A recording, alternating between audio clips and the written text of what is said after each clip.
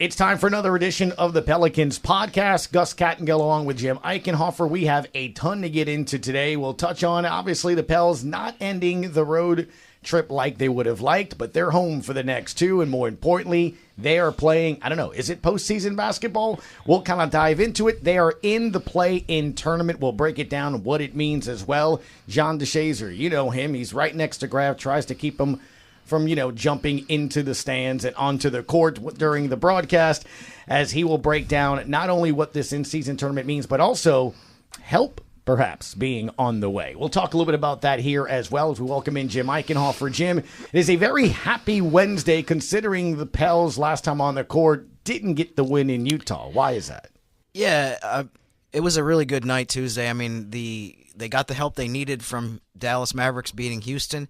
It was a little touch and go there for a while. It kind of went back and forth. Dallas started the game really well. Houston took control, but then the Mavericks ended up winning. So Pelicans are in the in-season tournament quarterfinals, and they won Group B, so that's very good news. So the reason why it all happened was because Dallas beat Houston, and the Pels did what they needed to do. The only game they lost in the in-season tournament was against Houston, and the point differential was a point, right?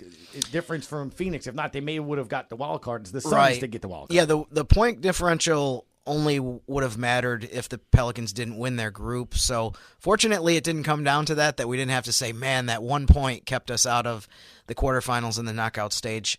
But I mean, Pelicans were the only team that went 3-1 in their group. So really, it didn't come down to luck. It didn't come down to anything like that. They just had the best record in the group, and it was much more simple than a lot of the other aspects of what happened last night. Listening to a lot of national people talk about how they thought the play-in tournament thing went, everyone seems to think that they saw more competitive games. Did you kind of see that? It kind of looked like these teams really want to get that little extra change in their pocket for the holidays. It did seem like there was more intensity, and whether that was the financial part of it, of the money that was at stake, I'm not sure. I mean, I think even if you didn't have any money aspect or any prize reward, that the players all know that they're all competing for something with the other 29 teams. So, I mean, I think it's only natural, maybe not across the board, maybe not every single player in the league, but I think a lot of guys, I mean, we've heard this with LeBron has mentioned it a few times with the Lakers. Like, they really want to win it because it's something that you can win, and why wouldn't you want to do it if you're going against all these other teams? Hey, add Zion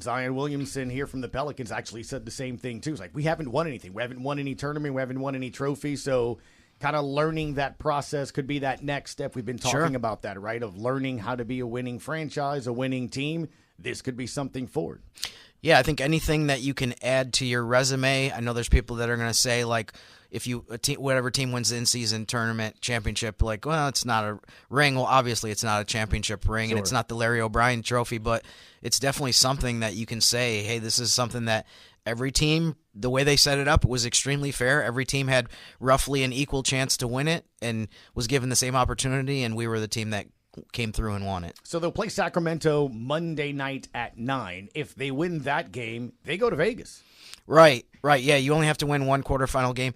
I don't want to get too much into this, but it was amazing to me on Tuesday night how close the Pelicans were to actually hosting the game, which I think a lot of people would have loved to avoid. They're going to end up kind of having a long road trip now because of the way that they end a back-to-back this weekend. But yeah, go to Sacramento, win that game, fly from California to Nevada, and if they win Monday, they'll play Thursday in the semifinals. Yeah, the Kings beat the Warriors by 1. If Golden State would have won, it would have been Steph Curry and company here taking on the Pels in New Orleans, right? Actually, no, because Golden State needed to win. No, Golden State needed to win by at least 12 points. So basically, when it came down to the end, to win their group. So basically, it was at that point in the point differential aspect. This is going to get too complicated, but basically, when it was close at the end, the Pelicans knew they were going to play against Sacramento. It was just a matter of whether it was going to be here or in California. All right. Well, either way, they're going to be playing basketball next week in an in-season tournament quarterfinal game. So it is fun. It's different. We're all learning about it, but I think the fact that the league seems to like it, The players seem to like it. More importantly, as we mentioned, Zion and some of the Pelicans players, Jonas said the same thing. Yeah. They want this, and I think this is going to excite them, so it should be fun. Jonas is definitely the biggest supporter of it, and I think it makes sense that he is because he's the one that's had the most experience playing in international competitions, in European leagues, and it's from the sounds of it, I mean, it is pretty familiar to people that play over there, that the point differential thing and the in-season tournaments and the smaller, like, holiday tournaments and stuff like that. I mean, it's actually kind of familiar to people. I think it should be in the U.S. because if you play high school basketball, you know that there's always a Thanksgiving tournament. There's always a Christmas tournament. There might not be a point differential part of it, but I think everyone is used to, there's 4 teams. At least this is the way it was in New York State. There's 4 teams that play a weekend tournament. You play a couple games. Whoever wins the 2 games wins the championship. So this is not something that's totally like out of the realm, I think, in basketball. Jim the New Yorker throwing in there as well. I love that. Well, he goes by JD, but he could have an MD in in-season tournament knowledge. Mr. John DeShazier, color analyst for you New Orleans Pelicans here on the Pelicans Radio Network. Good morning, sir. How are you? MD? No, Jim just hit me to a lot of it. But no, it's great, man. It's great to be in the in-season tournament for the Pelicans. Again, it's something to win. And look, I know, with all due respect to Noah Lyles, the American track star, these are the best basketball players in the world. This is the best league in the world. And when you stick tournament onto something with these competitive athletes, these guys are going to compete. It doesn't help that it doesn't hurt that the winnings are $500,000 a player, but when you call it a tournament, guys have pride and guys want to win and guys want to play. And outside of a couple of teams that went 0-4 in the tournament, I think everybody kind of got into it. I can't imagine the league wouldn't be just tickled pink over what happened. I mentioned it to Jim just here in a second, but to hear Zion and Jonas and other players mention what you just said, essentially being able to compete for that. John, I guess we kind of do forget, even though we talk about it all the time, whether it's the podcast, my talk show, the broadcast. This team doesn't have a lot of minutes together with a lot of its players that we're going to need to see in the future. If you want to win a championship, if you want to get into the second or third round of the playoffs, this is kind of what you sort of need, right? I mean, you can only simulate so many things in practice, and having to win a game, having to then try to win a championship, trying to do something with something on the line, that does prepare you for when we get to April. Yeah, I think some of the in-season tournament games had kind of a playoff feel to it. Yeah. This is what I love the most. Zion basically laid it out. Look, we ain't won nothing, and we got a chance to win something as a unit, as a team, something to kind of, build on. And I love the fact that he said that. It's like, look, we hadn't done anything. We haven't proven anything. We hadn't won anything. And he wants to win something to be able to say, hey, we got this, and we can build off of that. So I love the way he said it. And Jim had a great point also that Jonas, plays the international ball, and so he's got a better feel for this kind of tournament atmosphere. But I just love the fact that Zion laid it out. Look, man, we ain't won nothing, and we want to win something. Yeah, I've actually been, even back in like August when this was announced, I've been a huge proponent of the idea, so maybe I have a little bit of bias here. And we'll see how the games, I think a lot of people have said, wait until the knockout round, because for the fans and media who've been maybe a little bit tepid on the in-season tournament pool play and some of the games already before in terms of not understanding exactly what's at stake, I think obviously the next round, it's very simple. You lose and you're out. You win and you move on. But I mean, based on what you've seen so far, I mean, how much of it do you think that affected the intensity or what we actually saw on the court? I mean, we saw the 2 games here that against Denver and Dallas. It seemed like there was a little bit of a different feel to the atmosphere. I absolutely think it jacked it up. Again, when you get the most competitive, the best players in the world, and you put them in something and you call it a tournament. Guys are competitive, and naturally they want to win. They want the bragging rights. They want to be able to say, we won that. We beat you guys. We might not have been able to do X, Y, Z, but we did this. We were able to get you. And I thought it was a great atmosphere for the tournament games here. Yeah. It was fantastic. I know, Luka didn't like the court, so we need to bring it out every time they play the Mavs. The grape court. Yeah, but man, I thought it was just such a heightened level of intensity and activity. I thought the Pels really rolled out and showed their best selves in those games. I love it right now. I don't know how it'll be 5 years from now, but this first year, the rollout, I think, went extremely well. I think the other thing, too, not to interrupt you, I think that stood out they did a good job of, let's be honest, this is an entertainment business, right? Oh, yeah. They did a good job of making it feel and look different. I think at first, like, man, look at those courts, and you look around. But it's one of those things where if you're just flipping the channel, you're eating somewhere, you're like, that court does not look normal. And so it tells you visually, without even knowing, there's something different about it. Their jerseys seem to have really hit here with the Skullican logo. Fans love that so much. Maybe we keep it around, you know? So people love that so much. So I think from a marketing standpoint, Jim and JD, I think the NBA did a good job of letting fans know it is different, it is unique, and come on board of it. Yeah, I mean, we'd have to talk to some marketing professionals who have more knowledge in that area than maybe I do, but I don't know how you measure the amount of discussion just about the courts in terms of how much that brought awareness. To your point, Gus, people, they definitely did a good job. I mean, there might be some things that they can tweak for next year in terms of maybe the courts can be a little bit less, I don't know, gaudy maybe is the word for it.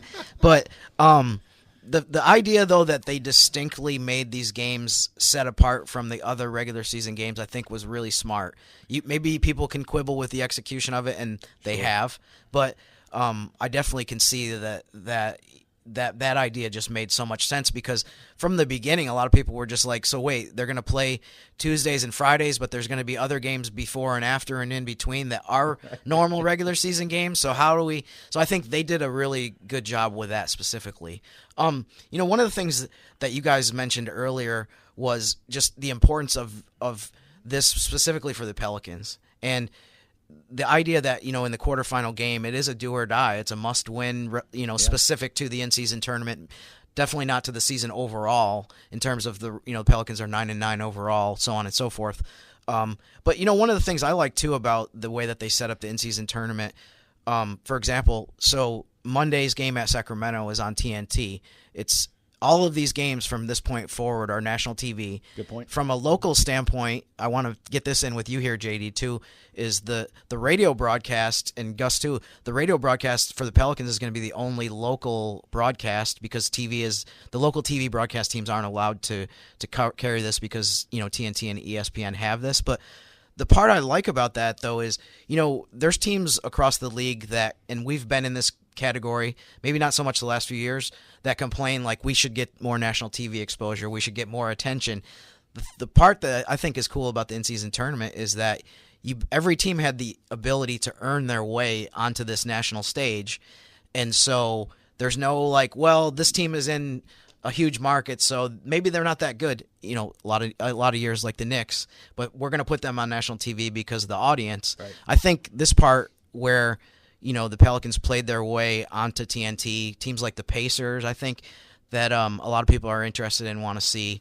I like that part of it. I feel like that's something that is, something that I want to see. I kind of feel like, too, I'm kind of in the back of my mind, I'm like, when does the next in-season tournament start? Is it in like December or maybe January or February? So I just like the idea overall. I think it's been really good. I mean, JD, I'm pulling up ESPN's national, page here, and there's a montage photo, right, or collage. There's LeBron in the middle, of course. There's Devin Booker and Zion Williamson going to dunk. So that's my point, is kind of right there. To Jim's point, I guess, is you're seeing that. And here's the other thing I think you can't, take away. This does count to the win-loss record. Yeah. Right? Yeah. And you're playing the Sacramento Kings that are a game up above you in the standings. They're currently 6 going into action on Wednesday evening. And I don't think they've forgotten the last 2 times you faced them. 129-93, 117-112. You've beaten them 2 straight times just very recently, so that adds a little spice to the game. Yeah, not just beat them. Now, one of them was a back-to-back when they ran them into the Mississippi River. I get that, but they beat them consecutive games. They bludgeoned them in paint points is where it really happened. Like 63-34 average in the 2 games. So the Pelicans have a distinct advantage when it comes to scoring in the paint. Now, is De'Aaron Fox going to play the same way as he played here? Yeah. Is he going to play that way in Sacramento? Probably not. Yeah. Mm-hmm.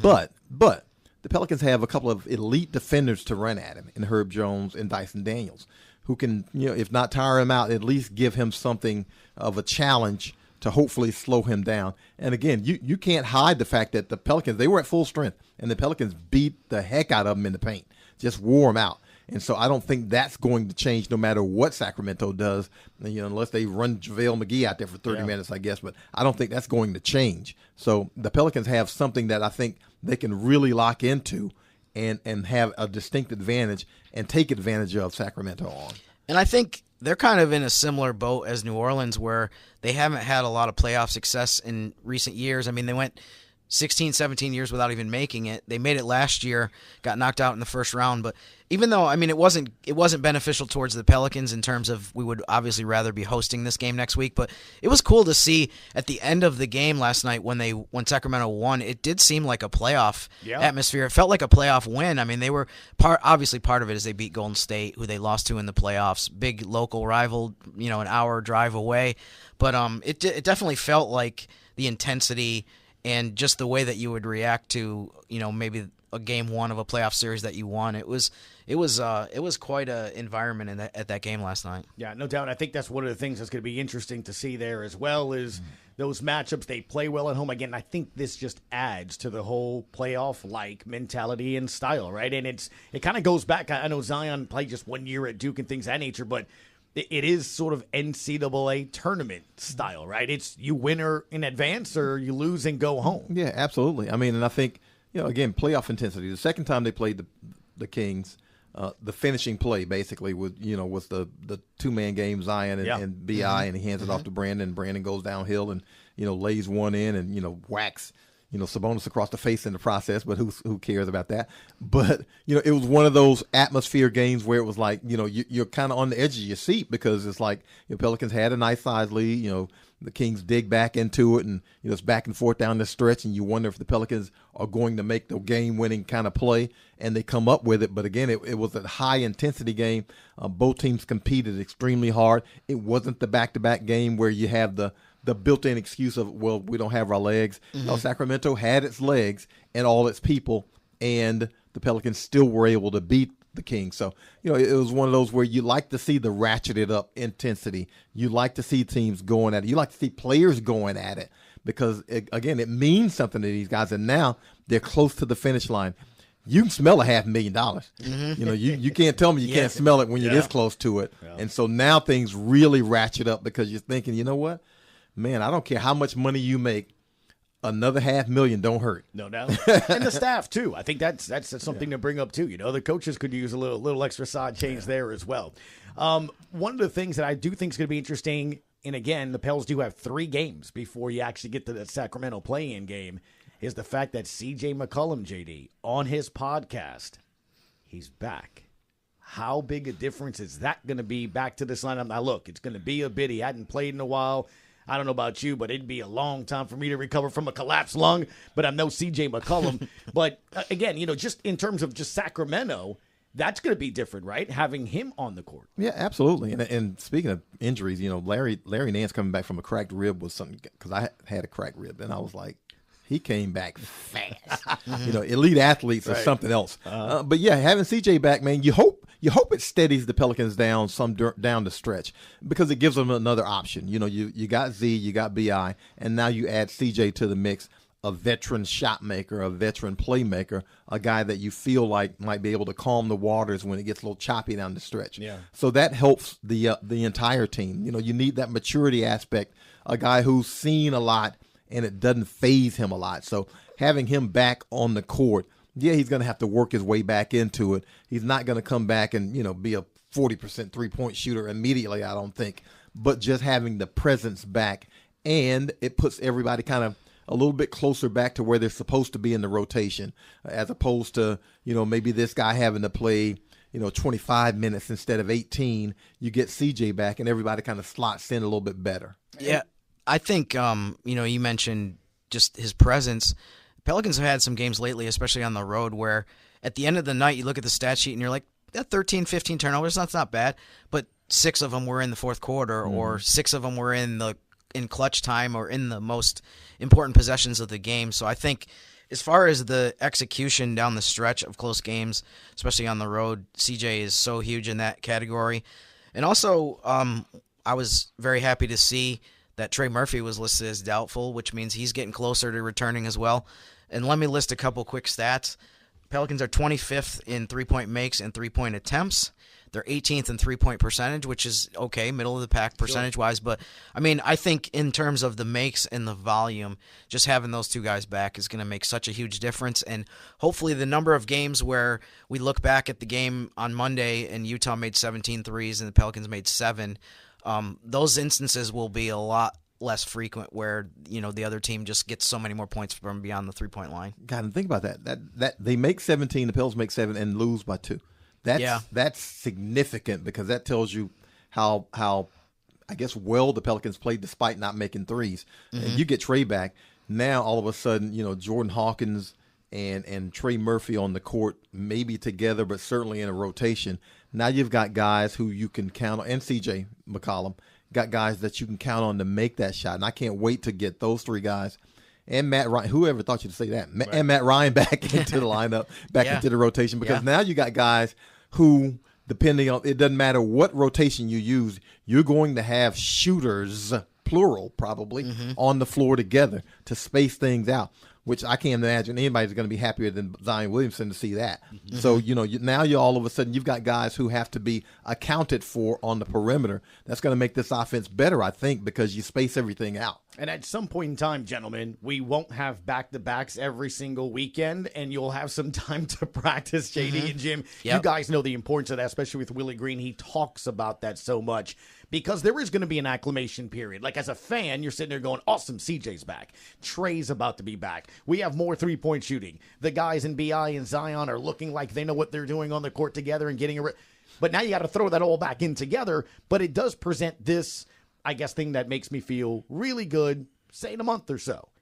They're going to have a really deep bench, and it's going to be really hard, guys, for Willie Green to decide what those rotations are. But have we already seen, Jim, some instances where Coach Green has gone to different lineups and used it to where maybe you're not thinking that's the way it goes, but because of the different players and abilities that you have, he can do different things. Have we seen something like that? Yeah, I think so. I mean, some of it it's been by necessity of there's certain guys that aren't available, and, you know, you're down to your options are a little bit limited. And like you mentioned, I mean, he's going to have to make some difficult decisions in terms of the rotation and minutes and roles, but I'm sure he's just rubbing his hands together right now saying, just give me that chance to make those difficult decisions, because those decisions, however tough they might be, are the worst case scenario of any of those decisions is, I think, a lot better now that you're getting closer to having everybody on the floor. It is a fantastic problem to have, a problem that this team has not had enough of the last couple of seasons, because you get the available bodies, and not just available bodies, but guys who can play. So there's going to come a time where, say the Pels are in a playoff stretch, a playoff run, and you know, you shorten the rotation. Well, who do you shorten out of the rotation? Because you've got some quality guys who at any time have helped this team and probably could help the team down the stretch, but you get to a point where you trust your 7-8 man rotation, and so now you kind of start weeding people off of it. So it's a great problem to have. You know, I can't wait to see, because as Gus mentioned, you do need practice. You got to get those guys on the floor, and you've got to kind of get a feel for what's favored by players, where a guy's comfortable. They have not played together a lot. It looks great on paper, but ain't nobody never won a game on paper. You got to get out on the floor, and you got to make the thing work, and you got to get a feel for one another, and the chemistry's got to be there, and you develop that in practice. You guys are going to understand during the podcast now, and I'm a part of it. I'm going to have theories, goosey theories here, right? So two of my Gus theories on that could be side effects of all of this. I think that there's positives. One, you covered a guy with the Saints and Drew Brees that always loved to use the phrase iron sharpens iron, steel sharpens steel, what have you. I think you may have some competition, right? These guys like to play. Jordan Hawkins is used to seeing minutes. Dyson Daniels is used to seeing minutes. Najee's been seeing minutes. Jose's seeing minutes. Well, you're adding two more players to that, so there aren't a lot of minutes to go around. I do think that's going to help because, as you just brought up, JD, I want to play in the playoffs. Well, coach is going to go with who's playing well at that point going into the playoffs. So competition when they're on the court, it's not a bad thing because that means there shouldn't be, in theory, here's my theory, a drop in play. And also, when you have instances like this weekend where we've seen Zion not play on a back-to-back or somebody's nursing an injury, in theory, there shouldn't be that much of a drop-off because if one of your starters isn't playing, you're essentially playing a guy that's been starting or really wants to play. Yeah, you hope there isn't a drop-off. Now, and look, I say that. I say you're showing your rotation. There's no law that says you have to. You don't have to, especially when you've got 10 quality guys and, I mean, guys who have earned the right to at least have the opportunity to play. So there's no law that says you have to. Sure. It's just kind of the traditional thing to do. But, I mean, these guys have shown out there in flashes. You get them out there enough. And, again, they've got to figure it out here because you're adding 2 new pieces. Trey hadn't played the entire season yet, and CJ's missed a good chunk of it. So now you put them back out there, and you got to get a feel for where they are, not just physically, because they got to get back into NBA basketball shape. You know, maybe not James Harden shape, but they got to get back into shape. And they also have to kind of figure out, you know, okay, you know, how does this offense run now that has some tweaks to it with James Borrego? And so now how does Trey fit here, or how does CJ fit there? And, you know, we're going to play this combination. Well, this combination doesn't work so well together. We're going to try that combination. So you got to figure all those things out. I can't wait to see, you know, we mentioned Hawkins, Ryan, McCollum, Murphy. I can't wait to see them, the Pelicans and Willie Green and the staff, to have the ability to always have maybe 2 of those guys out on the court. There's so many different combinations and configurations you can come up with to surround Zion and BI with shooters. It's going to be great. I mean, they've had, there was this recent stretch, 3 of those 4 guys I mentioned have all been out. So you're right. In terms of guys that you look at as premier shooters, you basically have Jordan Hawkins, and then obviously he's not going to play 48 minutes. So some parts of the game you don't have anyone out there that is really, you know, a player that the other team looks at as like, we have to stay attached to this guy. We have to make sure he doesn't get open looks. So it's going to be a lot of fun, I think, to have the ability to just have a bunch of guys out on the court. Heck, let's put all 4 of them out there on the court with Zion. I'm not worried about the defensive end. I just want to see a bunch of threes. Exactly. And I wonder, you know, because Willie Green has kind of staggered Zion and BI. Mm-hmm. You know, one has been on the court, you know, kind of at all times. Mm-hmm. Well, if you got this kind of depth and this quality depth, do you have to do that? And, you know, again, it's just things that you can experiment with because you've got guys who can play. Well, sir, looking forward to your call tonight with Todd Graffinini. So just give us a quick tidbit here because the 76ers are pretty good. 12-5. They beat the Lakers by 44 points on Monday. Joel Embiid's having a really good season, a 30-point triple-double, 11 boards, 11 assists. He's going to present a challenge tonight. He's huge. He kind of stirs the drink. But the guy who's really got it going, Tyrese Maxey. You know, he's increased his scoring every season since his rookie year. He's at 26 a game this season, and I think he's right at 7 assists. He's the guy that kind of, when James Harden decided he wanted out, the blossoming came to Tyrese Maxey. And I think that's one of the reasons Philly wasn't like just, you know, devastated that James Harden wanted out, because they were like, okay, we got a guy that we feel like if we give him a little bit more freedom and give him a little bit more latitude, he can give you something. And I mean, he's had a 50-point game this season. I mean, he's a talented player. So they got those 2 guys. Embiid, I don't know what you do with him because, you know, and he's getting almost 12 free throws a game. Yeah. So, you know, I'm kind of. I think you hope he gets into foul trouble. I think that's one of the things. Yeah, I mean, it's one of those things where, you know, with a guy like him, I don't know if you just, you know, I don't know if you double him. I don't know if you single him. I don't know what you do with him because, you know, if you breathe on him hard, he's at the free throw line. So I'm not exactly sure how you handle him, but you've got to be able to try to slow down something, and they score in bunches. Now, do they defend great? Yeah.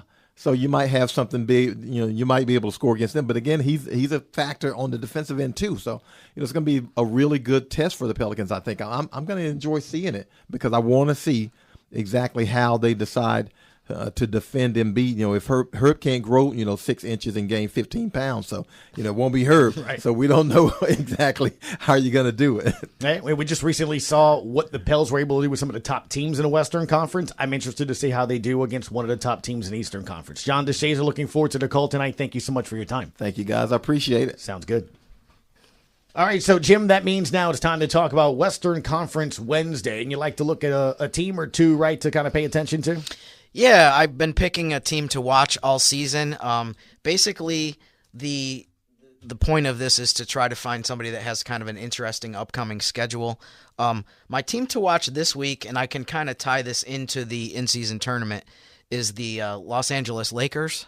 Lakers have a pretty interesting schedule, even going into the in-season tournament. That's one of the reasons why I selected them.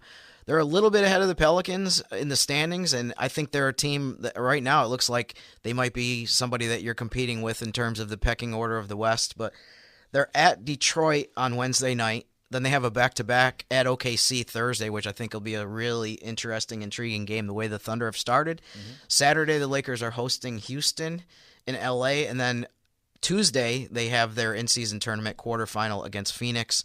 They've already played the Suns twice, beat them both times. So Lakers are a team to keep your eye on over the next 7 days.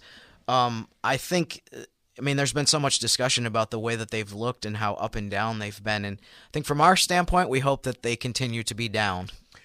Again, it's always one of the things that make me feel better. I don't know why. It just is what it is. But it's remarkable, right, that they didn't lose by 44 yet. They do have 10 wins. So going into the action tonight, we'll see what takes place. But it is something to keep an eye on because, let's be honest, it is a team that I do think at the end of the day, come April, they're going to be in the mix, one way, shape, or form. Yeah, and like the Pelicans, they were a play-in team last year. There's a bunch of games that could have gone either way, and then maybe the Pelicans finish ahead of them, and then the playoffs, who knows, outcome could have been totally different. I know the guys on this team have joked a lot with a current member of the Pelicans, Matt Ryan, for the shot that he made for the Lakers last year, which turned out to be very pivotal. And by the way, have you seen the handshake that Trey Murphy and Matt Ryan have? No, I don't. They have a handshake where they, give each other 5 and then immediately go into pretending that Trey Murphy is contesting Matt Ryan's 3-point shot. Oh, wow. In a callback to what happened in the game in November of last year. About it, has he? I think that's hilarious. That's exactly what it is. It kind of shows you his sense of humor, though, that he's cool about. Is he, though? I don't think he would have agreed to that if he wasn't, kind of joking about it. But I think he's still... that could be how it is, too. He's just kind of salty. No. One of these times he's going to give him a little forearm when he does the handshake with him. But That's awesome. That's good stuff.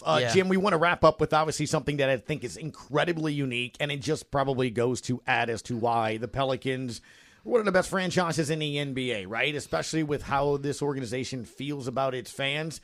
All they want to do is give you an opportunity to win $10,000. That's right, Gus. The Pelicans are giving away a total of $1 million up to 100 fans. It's a sweepstakes. It's funny, when they lost their first in-season tournament game to Houston, I was already kind of like, oh man, this stinks, because the promotion basically is that if the Pelicans win the whole thing, the entire in-season tournament championship, that's $1 million in prize money that's going to be given out. Obviously, with the way they started, it wasn't looking good that they were going to be able to advance, sure. but they are now. So I'm going to have to go through the fine print, too, and see if there's anything in there about eligibility for podcast hosts. Yes. I'm thinking it probably isn't going to be possible. But no, you don't think there's any shot whatsoever? No, but I could, if we could get a little sprinkle of that $10,000 that each of these 100 people are going to be getting, we would be cool with that. You could be James Hoffenberger, and I will be, Gustavus with the most of us or something. Yeah, there you go. Kattengell, I just change a vowel and a consonant here. But it's pretty cool, isn't it? Yeah, it's definitely and the Pelicans are the only team in the league that are doing this, is to the best of my knowledge. Like not the Lakers, the Celtics, massive organizations that have, multiple championships. And you telling me a little old small market New Orleans? That's right. It's incredible. Yeah, this is a special thing. The Pelicans need to win 3 more games, but it's going to be a very good day for a lot of people in more ways than one if the Pelicans are able to win Monday at Sacramento, win Thursday in the semis, and then Saturday the championship game in Las Vegas. All right, let's see what happens. Look, there's a lot of excitement, obviously, even though the last time the Pels were on their courts, it didn't go the way they would like. Tonight, you got to play a really good team. Friday, Victor Wembanyama, all 7'5" of him. We'll talk about him on Friday. Saturday at Chicago, and then Monday, the in-season tournament game taking on Sacramento, the second half of a doubleheader on TNT. It's nationally televised. Once again, you keep saying that's a big thing for this team. It really is, and I'm looking forward to. I would guess there might be some watch parties. There's going to be a lot of people that are paying close attention to that game. It's unfortunate that it's a 9:00 Central game, but there's not a whole lot we can do about time zones and such. But I'm excited for Monday, and also like you said, I mean, this is a big week for the Pelicans with the 3 games. We can't lose sight of the fact that they have important games against Philadelphia, San Antonio, and Chicago as well between now and Saturday. All right, sounds good. Hey, be sure to follow Jim Eichenhofer over on X or Twitter at Jim_Eichenhofer, Pelicans.com as well, as Jim puts up a ton of info and stats and things to get you ready for the game and even after a game as well. If you want to follow John, at John DeShazier, it's the way to do so as well. He's your color analyst for your New Orleans Pelicans. You can follow me at GCat_17. And always pay attention when we give you the pregame, the halftime, and the postgame over on the Pelicans Radio Network. As always, appreciate you for giving us some time and tuning us in right here on another edition of the Pelicans Podcast. We'll see you on Friday.